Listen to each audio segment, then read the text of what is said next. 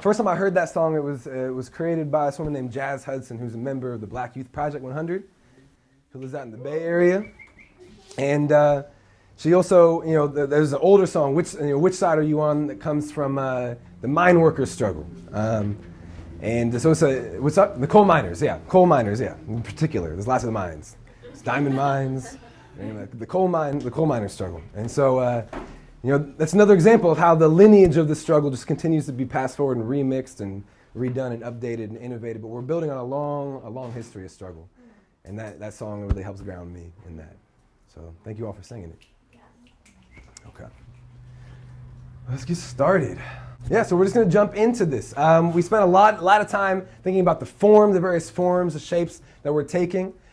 And spending a lot of time, thinking up here. But right now we're going to try to pare down even deeper and more concrete into what are you doing? And how can we help you design and get clear about these things, about vision, function, and how to really build teams and that type of decentralized infrastructure in your organization.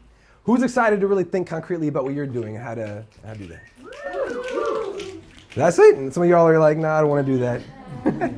Snap till it hurts. No, I'm just kidding. We can get the next slide. So there's really two parts to this session. The first one is about clarifying your vision and your function, how you're contributing to that vision. And then the second part is really turning the core activities that you need to fulfill your function into teams that can hold them. So we were talking about this yesterday. We spent a lot of time understanding. What we're going to do now is start designing. We can keep going. And so we really just want to hear from you just popcorn style, real quick.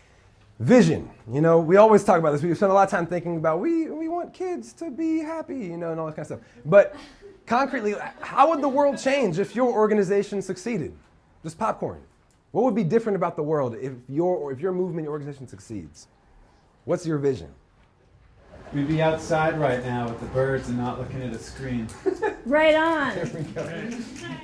Abolish the police. Abolish the police. No countries. No what? Countries. No countries. No nation state. Man, we got some ambitious visions, yo. I'm with it, though. No more fossil fuel? How many people resonate with that? I just want to say, sometimes we resonate and we go like this. Sometimes we resonate and we go, That's another one. Everyone can do that with me. Sometimes that actually annoys some people. I like it. There's this other thing that Jewish people do, Eastern European Jews do, since we're in a Jewish space right now, where when someone says something that's a real mic drop, you go, psh. Does everyone want to do that with me like I just did a mic drop? Psh. You can just test it out if you're getting sick of snapping. Okay, other visions. What would change about the world if your organization succeeded? Care would be valued. Care would be valued. People would not be living in poverty. Psh, that's right, yeah. Should we go to the next one? All right. Yeah. So, when we talk about vision, what's important about that is understanding what is it that we're actually working toward and what are we contributing to.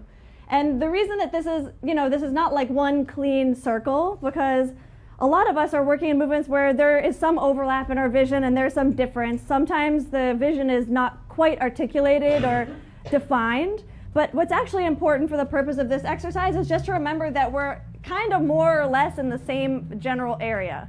And this might be various organizations that are working on what you're working on, or it could be a much broader environment. And we'll talk a little bit more now about ecosystem. But vision is really important because it allows us to understand what we're working toward. Anything you want to add? And I just think that's so important. One of my favorite questions when people come to me and they ask, I always ask them, to what end? To what end? Because if you don't know where you're going, right, then any road will get you there, And so, so it's very important that we have clarity around our vision. The next slide, though. Let's keep it moving. But even within that, it's important to clarify our function. It's very important to clarify our function within that vision. and understand that we're all part of an ecosystem with multiple organizations that might be part of, there might be multiple organizations that want to abolish the police. We need more of them, I would say. But there are a few. There are different organizations that want to. There might be multiple organizations that are working on ending the fossil fuel, our dependency on fossil fuel. There might be some that are trying to get us completely away from screens. Maybe we might need some more, right? And they might be playing a different function in pursuit of that vision. Next slide. So the really important thing, the reason we use this idea of an ecosystem or an ecology is that it's really just about acknowledging that we're in relationship. Have you ever been in an organization where you were struggling through something and you couldn't really tell if there were any other organizations around that you could rely on, that you were in relationship with, that shared the same struggles? We end up getting isolated, and it's a mistake when we feel like we are the ecosystem and it's on us to do everything. The beauty of the ecosystem is that it frees us up to just do our thing, to make our very specific contribution to the ecosystem and leave everybody else to make their contribution too. So the real thing about function is that we owe it to each other, given the struggles we're facing, to actually be making an impact. There's a lot, there's a bee on the last slide. I'm sure the bee doesn't know everything that it's doing to make life possible. It's important for us to acknowledge the unintended consequences of what we're doing and also the intended consequences. What's the impact we actually want to have? DJ Khaled, I appreciate you. DJ Khaled. So just to touch on what James was saying about toward what end. A lot of people actually just this morning at breakfast, Emily was extremely tired and someone decided to ask her where she was staying, why did you decide to start If Not Now? There's so many other organizations working to end the occupation. I'm sure that's not a question everybody wants to get at 8 o'clock in the morning. But we actually had to spend 15 months answering that question because there's a lot of organizations that have a vision of ending the occupation in Palestine. But the question was, did we even need to exist? If there were so many other organizations trying to do that, did we have a role to play or were we redundant, basically? And what we realized is that our piece of the pie was to end specifically American Jewish support for the occupation. We're not ending the occupation. We're not ending the Jewish diaspora's support for the occupation. We're not actually a Palestinian solidarity movement. That's not because we don't deeply appreciate, in the spirit of DJ Khaled, every single one of those contributions. That's not even lip service. That's like real. We need those other organizations. And many of us are actually members of these other organizations. We have that t-shirt on, we take that t-shirt off, and then we go to the If Not Now meeting, we put the If Not Now t-shirt on. But we're really clear about our function. Next slide. And what happens when you get clear about your function is you're able to think more intelligently and clearly about your form. And a lot of times we can fetishize form, and say, this is the form that'll get us where we need to go. And in reality, form has to follow function. Form always has to, and I often think about, we might have, actually talk about my sister, actually, who, we were having a conversation a couple months ago. She just went back to school recently, and she's had this idea for a while to create a way for people to communicate telepathically. She's always, since she was a kid, that's what she was like, I want to do this. I want to make a way for people to communicate telepathically. And then she started going to school and she started talking to professors and neuroscience type people, and they were basically like, that's impossible. And long story short, that's impossible. And so she was kind of heartbroken. She was just like, I don't know what I want to do anymore. And so I had a conversation with her because, that's it. Telepathy. I was told she's 2, so she's figuring it out. Y'all don't remember that joke from yesterday? That's fine. But no. And so I had a conversation with her, and I was like, why do you want people to be able to communicate telepathically? And she started talking about how growing up it was always hard for her to communicate with folks, and she felt misunderstood, and how language and words are just so insufficient for really understanding what people are feeling and thinking.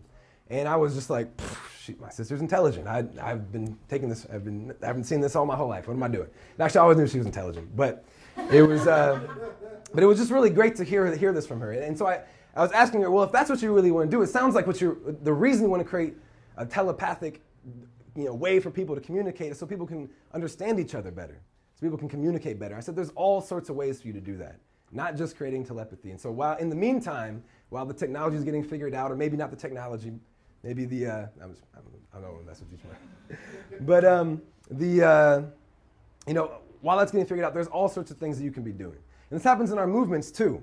So some of us are building, talking about housing and sustainability and co-ops, right? It's very different, for example, to have one. So say the vision is we all are living together in community, out of isolation. If your function in that vision is to model the way people can live together in our values, your form is going to look one way. You might create a house, create rules that people live there, have a garden, have a compost. I'm learning that there's more than one compost things you can do. That's exciting. I want to see more of that. Permaculture, I've learned about this recently as well. It might be all sorts of things that you do in that house to model the way that we need to be living. Now, another organization in that vision might be trying to set up land trusts all over the country so that those co-ops don't get kicked out by the developers, right? And the form of those two functions is going to look very different.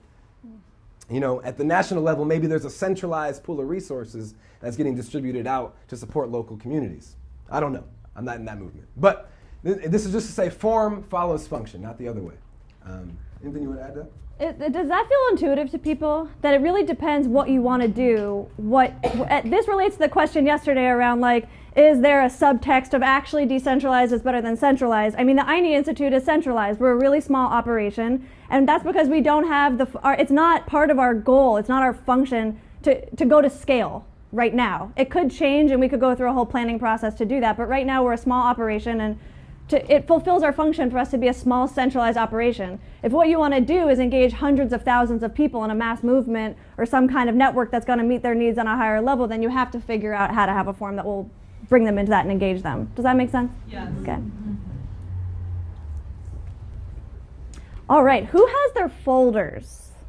Can I just see hands of people who have your folders? Great. I have a folder here that I don't know who belongs to, so. That's totally cool. So people can share. Please pull out the piece of paper. Ooh, it says biomimicry on it. Maybe someone could say what it says at the top. Integrating biomimicry. Yes, integrating biomimicry. Just take 10 seconds to pull it out. If you don't have one, find somebody to share with. It's on the right side of your folder. You got it. Yeah, that's it. Okay, could we get a volunteer? There's a section that starts identifying function, and then it goes, Could you read basically the 2 paragraphs under identifying function real loud and like you mean it? Can we just get a volunteer? Yes. The function is what you want the design to do, not what you want the design to be. A building is a design, and what it does is provide shelter, among other functions, of course. The practice of understanding function is relatively simple, but can be challenging if you aren't able to really step back and see the issue or challenge at hand. In other words, do you want a light bulb, a noun, or do you want a design solution that illuminates, a verb? All functions can be captured in a verb form. Provide shelter, create color, cushion impact, communicate freely, avoid collision, lubricate, retain water, etc. By default, the tendency slips into what we can picture or imagine in our minds, which is usually an object, noun, rather than a process or an event unfolding over time, verb. As soon as we can begin to turn the static picture into an active movie in our minds, it is possible to discover the function. However, be forewarned. The first function identified isn't usually what the ultimate function is. It often reflects a predisposition to a desired or assumed outcome or design solution.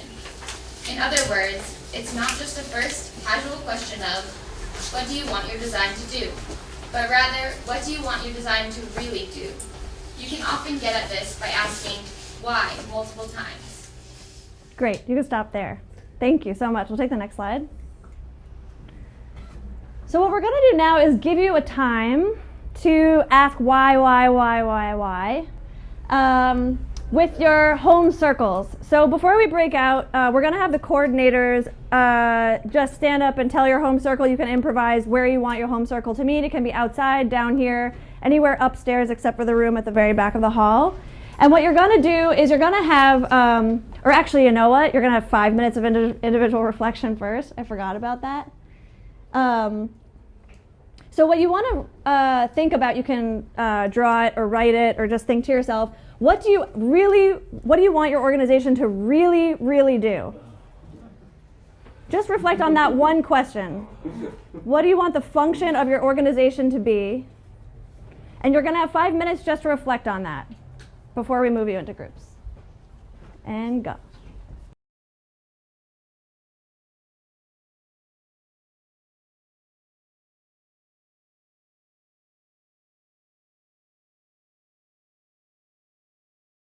Before, it was difficult for me to quite understand the difference between vision and function. And then in our small group, though, we were talking about how the function is what should model the clarity of what you're doing. Instead of having a vision which could be seen by many people about we want to see a climate justice. That's our vision. It's yes, and then what are you absolutely clear on that other people are not doing? Yeah. Feel that. Yes, both of you, yeah, you guys can pick. Goes first. Okay. So we kind of had a thinking about the asking of why again and again, and sometimes that can actually lead to a really big, lofty thing. And sometimes maybe it's helpful to ask how, so that you can start getting that clarity on what your organization is actually doing. So going from the why to the how to get more zoomed in can be helpful.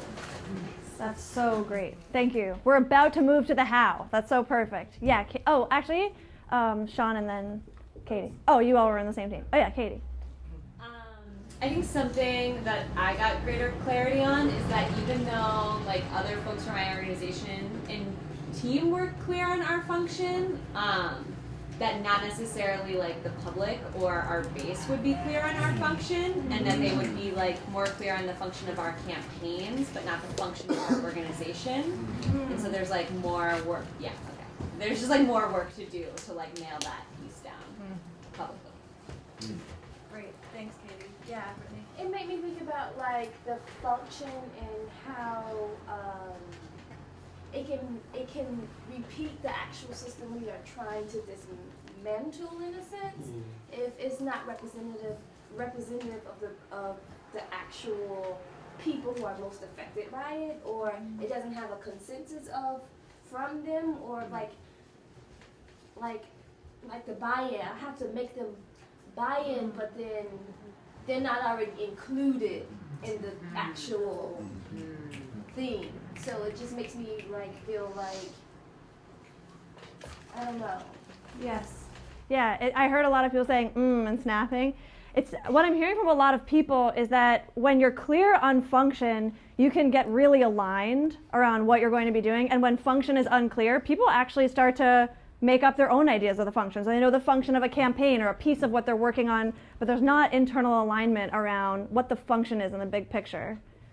So does anyone feel is there any other confusion that people want to share that surfaced through this process, knowing that confusion is the condition for a breakthrough? Yes? Yeah, going back, step back at the same time. Can't functions be a little bit muddy so that people can kind of, in a swarm, kind of choose their own function that fits in with the bigger picture? The question here was, can't function be a bit muddy so that people can actually, in the swarm, choose their own function in terms of the big picture? So something that Emily and Carlos are going to talk about tomorrow is about principles. And a lot of what that's about is understanding where are the points where you need unity in your organization in order for people to participate in an aligned way. And then where do you want to allow for autonomy? And so you get to decide if function is one of the places where you want to have unity. What I would say, without checking in with the rest of the training team, is that if you don't have unity and clarity on function, everything else can be time spent getting buy-in. So it ends up being a real time suck when you're trying to get buy-in the whole time and there's not clarity on function. Yeah, Evan.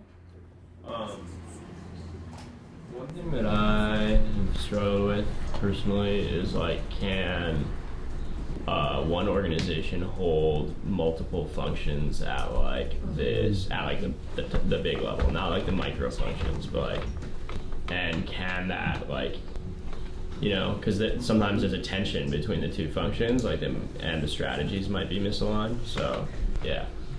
Does anybody else share that question? Can an organization have multiple functions? Yeah. Great. I'm just gonna let's hold that question as a group. We'll take one more and then we're gonna move on. Are you guys both climate? No. Okay, we'll take from you. I'm just thinking about like how functions are not only synergistic in terms of achieving the vision, but also symbiotic. And if you don't have like certain functions in a broader vision, then each element can't exist. So I'm thinking about like democracy, right? Democracy issues, and democracy spring seeing itself as the direct action arm of the democracy movement. But can that direct action arm exist without the solutions arm of the democracy movement, right? Because if people don't understand that there are solutions, they don't mobilize. So there's a question surfacing here related to the movement for democracy, but I'm sure pertains to everyone's movement, which is what kind of complementarity do you actually need in an ecosystem in order for it to be healthy? Does it make sense to be the direct action arm of your movement if there's not also a policy solutions arm? If there's already, I was talking to Fatima during the break, if in the migrant justice movement, there's already a lot of people doing policy solutions, but there's no one doing direct action, that's something to pay attention to. So your function can become clarified simply by looking out at what's already happening in the ecosystem and where the resources are already going to see what would be complementary there. So James is going to take us into the how. Next slide. Next slide. And so what we're going to talk about is how do we turn core activities into teams? And really what this idea is coming from is that to fulfill our function, there's a lot of things that we have to do. There's a lot of things we have to do. And when we do this, we turn them into teams rather than just like hiring positions, which is what we talked about yesterday in centralized networks. And we just staff positions. You know, we see a need, we hire somebody. And not only, and this is just very resource intensive. You know, it's not a sustainable way to grow if you don't have a lot of things. Can we go to the next slide? Let's dive a little bit deeper into this. Oh, you got a question? Yeah. Can you explain what you mean by core activities? I think it'll become a little clear as we kind of move through. But yeah, that's what we're about to do. So when we talk about what's up? Oh, sorry. So yeah, as we talk about the core activities that enable, so let's do this brainstorm right here. And by core activities, we mean what are these things that have to happen to help us enable our function? So in the context of this training, what do you think are some of the activities that we had to do or we're doing now to make it happen? So first, we just want to think, what is the function of this training? Let's start there. Let's start at the top. The function of this training. For us to learn about decentralized movements. Perfect. Okay. And what are some of the core activities? And can we get some chart paper ready so we could write this down? Curriculum development. You have to develop curriculum. Just popcorn. What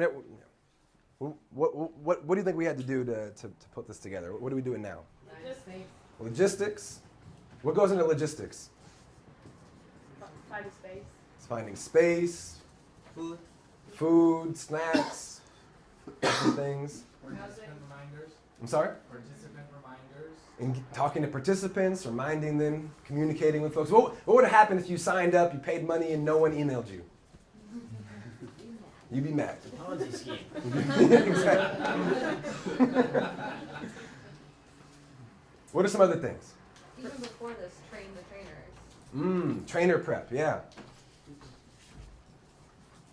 Advertisement. Promo, recruitment. I made a lot of memes, made some memes. I don't know if anybody saw them. I made a few. They were cool. I gotta. What are some other things?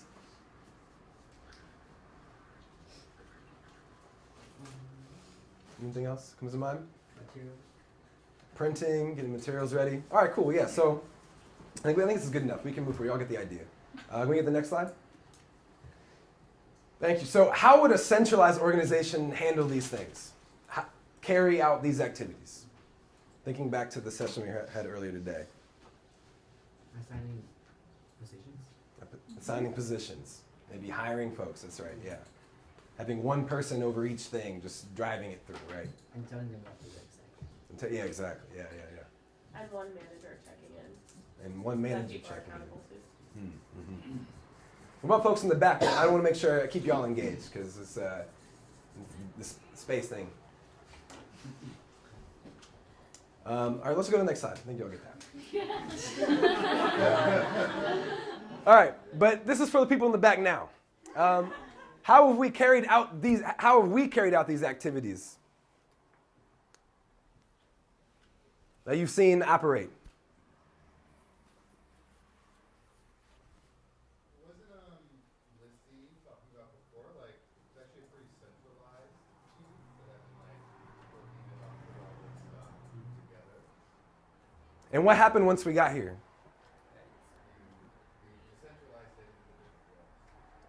Created roles, created teams. So let's go to the next slide. Let's just power through. So yeah, this is sort of like a lot of the tasks that we realized we needed to do. This is sort of the design of this training.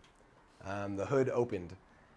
We realized we needed snacks and space. We need people to be recording, documenting, taking video. We need to get the word out on social media. We need people that are shepherding and wrangling folks. We have all these tasks that we need to figure out. And actually, one of the skills we want to talk to you about right now, we have to develop, is how do we take a laundry list of tasks and start to group things and make buckets out of those things. And so out of everything that we realized we needed to do to make this, to fulfill our function so we can have a quality learning experience, we group them into two big buckets. One is learning, and the other is the support swarm. And these are really what we think of as the core activities. These are these big buckets. How do you create what needs to be happening? And then out of that, develop teams. So to meet the activity of learning, we created a training team. We also created learning teams that you are all in. Your home circles. To handle the support swarm, we realized that we needed teams of people that could be handling all these things. So we used this structure to populate those, to build teams around these different things, rather than just hiring somebody to clean up after us, which is what happens a lot of times, right? How many of us, like we all went to some sort of, primary education, if not also university education. And one of the things that's, very specific about that way, is that there's some people whose role is to learn, some people's role is to teach, and some people are just there to clean up and to cook for folks, right? Those people are staff. A lot of times they're not paid living wages, all sorts of things, right? But even if they were paid living wages, their role would not be there to be part of the learning community. They would just be there as positions, to take care of everyone else. What we've done is we've turned that on its head, and everyone's here taking care of each other. We've turned it into teams rather than hiring folks. Anything, Lissy, you want to add anything? No, I think all I'll say is just that this is a sample design. We're just showing it to you as a sample blueprint. Yeah. All right, so let's go to the next slide. Are there any questions before we move on about that? No? All right, cool. And so we wanted to ask you just to sort of brainstorm real quick. What are some of the core activities that need to be happening for your organization to succeed? A lot of these things are general across the organization. Some of them might be specific to what you're doing. What do you think are some of the core activities that have to be happening? Just shout them out. I'm sorry? Run campaigns. Outreach. Awesome. Leadership development. Community organizing. Community organizing. Could I actually ask for all four of those? Can you break those down into one smaller thing that goes into that? I'm just curious. Door knocking. Great. Power mapping. One-on-one mentorship. Okay. We had mentorship. One-on-one mentorship is something. Training. How do we train and teach people? Political Political education. Do folks in here ever have to do fundraising? Okay. Some of you might be independently wealthy. I don't know. If you are, hit me up. Grassroots fundraising. Grant writing. Maybe some grant writing.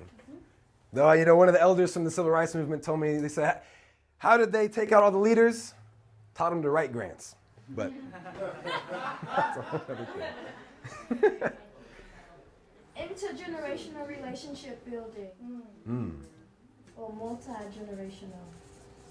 Cross-movement relationships. Cross-movement relationships as well, yeah. Intergenerational between our movements. Taxes.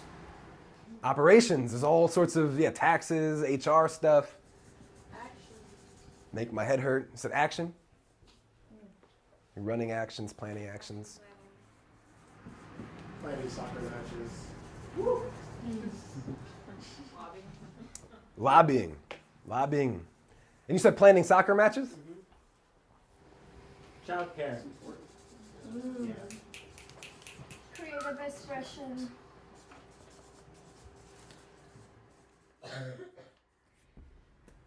How many of you are hearing some core activities that you think are important but aren't really part of your organization right now? Or no one's really holding that?